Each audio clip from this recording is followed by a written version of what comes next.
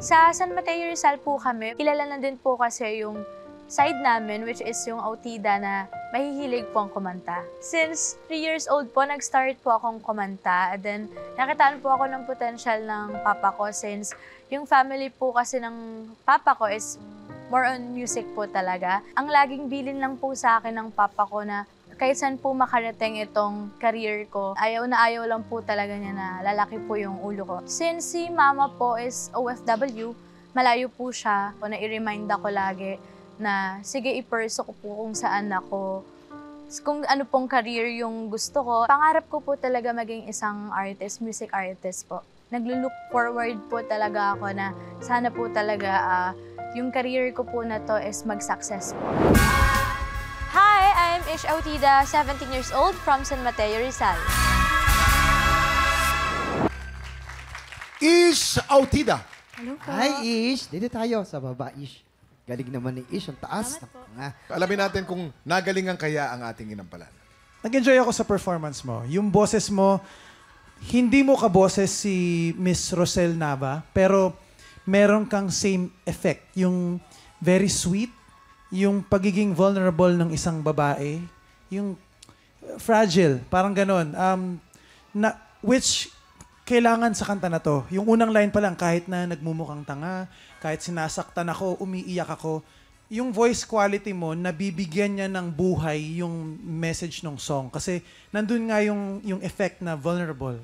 Napansin ko lang, medyo stiff ka lang siguro dahil kinakabahan ka. Especially dun sa birit na part, I felt na medyo in-anticipate mo siya masyado. Minsan yung hand gestures dun din, yun yung nagpapakita na tense ka masyado. Siguro try to loosen up lang a little bit kasi magaling ka naman at maganda yung boses mo. Yun lang. Thank you po. Ish, masasabi ko you were able to convey the emotion and meaning ng kanta doon sa pagkanta mo. Ibig sabihin, maganda yung interpretation mo. Nandun yung dynamics. Nakuha mo kung saan ka dapat mahina muna at kung saan ka dapat bibira. Kailangan lang ng konting ingat dun sa change key. Dun sa pag-change key mo, mas sapulin mo pa. Mas sigurado dapat yung pagkanta mo doon. At saka yung pag may mga iniba ka na parts na hindi kay Rosel, yung tono, tama? May iniba ka, siguraduhin mo lang na masasapul mo yon. Tapos pag nag-riffs and runs ka, siguraduhin mo lang na sapul lahat yon para makuha mo. Yung vocal quality mo, napakalinaw. Isa yan sa magiging asset mo pag kumakanta. Kasi yung iba, medyo muffled ang tunog. Yung sa'yo, very clear. Mahusay. Thank you po. Maraming salamat sa ating inampalan. Anong scores kaya ang bibigay ng ating inampalan?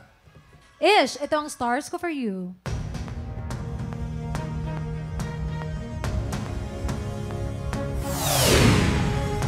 Three stars.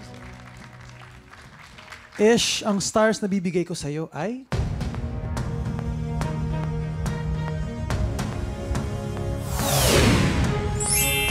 Four stars.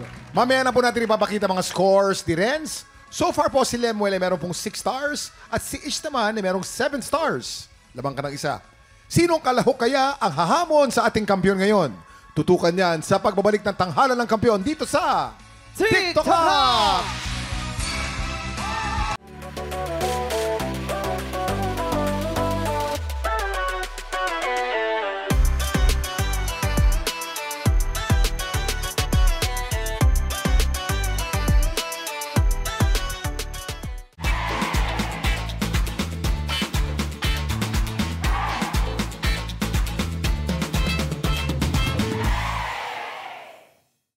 Tropa, pinanood mo hanggang sa dulo itong video na to, very good ka! For more happy time, watch more TikTok Lock videos on our official social media pages and subscribe to GMA Network official YouTube channel.